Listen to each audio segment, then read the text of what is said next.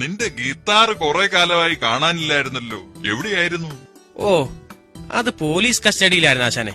പൊതുശല്യത്തിന് അകത്താക്കിയതാ. അവനെ ആയിരുന്നു വേണ്ടത്. എന്നെയാണോ വേണ്ടത്? വരട്ടെ. ജോലി ശരിയായി വന്നിട്ടുണ്ട്.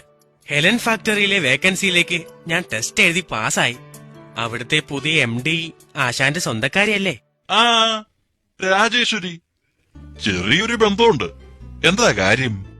അത് ആശാൻ വിചാരിച്ചാ എനിക്ക് അവിടെ കയറി പറ്റാം.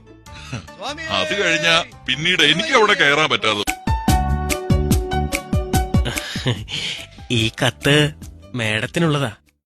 എന്റെ കരളിന്റെ കരളെ,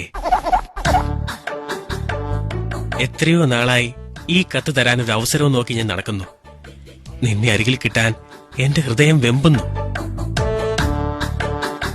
പക്ഷേ നിന്റെ കൂടെ കാവല് പോലെ എപ്പോഴും നടക്കുന്ന ആ 2 സാധനങ്ങളെ കാരണം ഒന്നും നടക്കുന്നില്ല. പ്രിയേ, നിന്റെ കെട്ടിയവനെന്ന കുരങ്ങനെ വിട്ട് നമുക്ക് എങ്ങോട്ടെങ്കിലും ഒളിച്ചോടാം. നിനക്കൊരു നല്ല ജീവിതം തരാൻ ഇന്നെനിക്ക് കഴിയും.